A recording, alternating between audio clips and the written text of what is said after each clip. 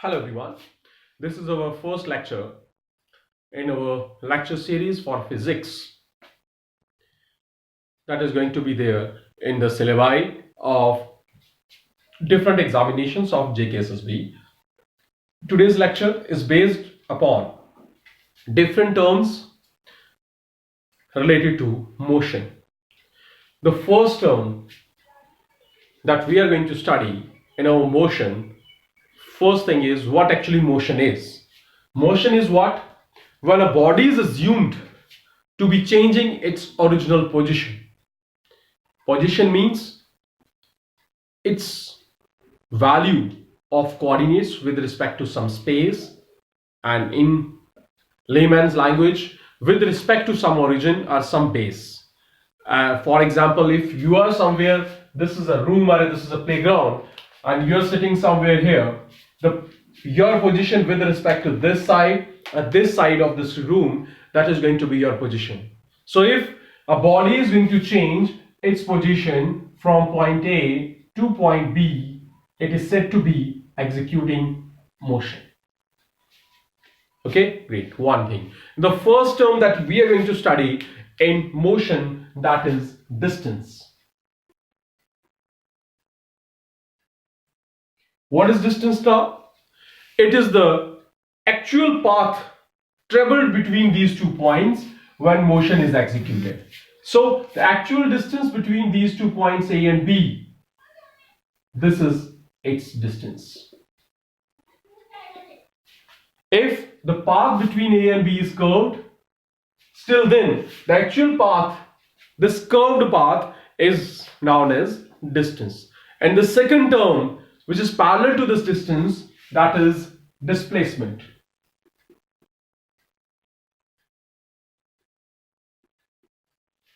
Now, displacement is not always the actual path traveled by a body between 2 points.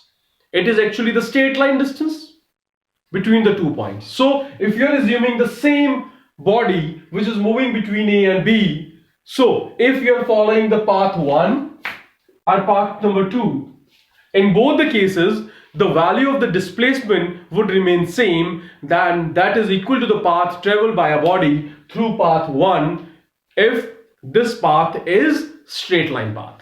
Okay, now distance and displacement, both the cases we are having one thing as common, that actually they are measuring the distance between the 2 points, and both the terms are same if the distance traveled between A and B is straight line.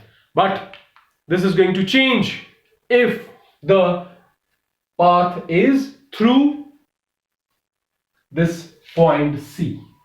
So your distance is always going to be positive, but your displacement can be positive, it can be negative, and it can even be zero if you retraces the path from A to B and back to A. Okay, so these are the 3 factors that we are going to count when we are going to define distance and displacement. And the next 2 terms, that is speed and velocity. Speed, it is what? It is the change in distance per unit time. The simplest definition is distance per unit time. But if you are going to make it more explainable, then you are going to say it is the rate of change of distance with respect to time, or it is the change in this time with when you are going to have delta t approaching 0. This is more complex form of the same definition. In the similar terms, velocity is going to be displacement upon time.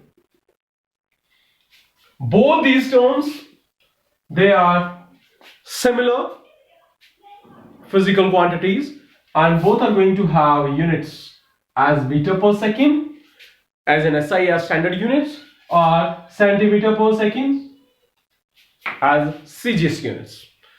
I I think all of you might be very much familiar with all these terms.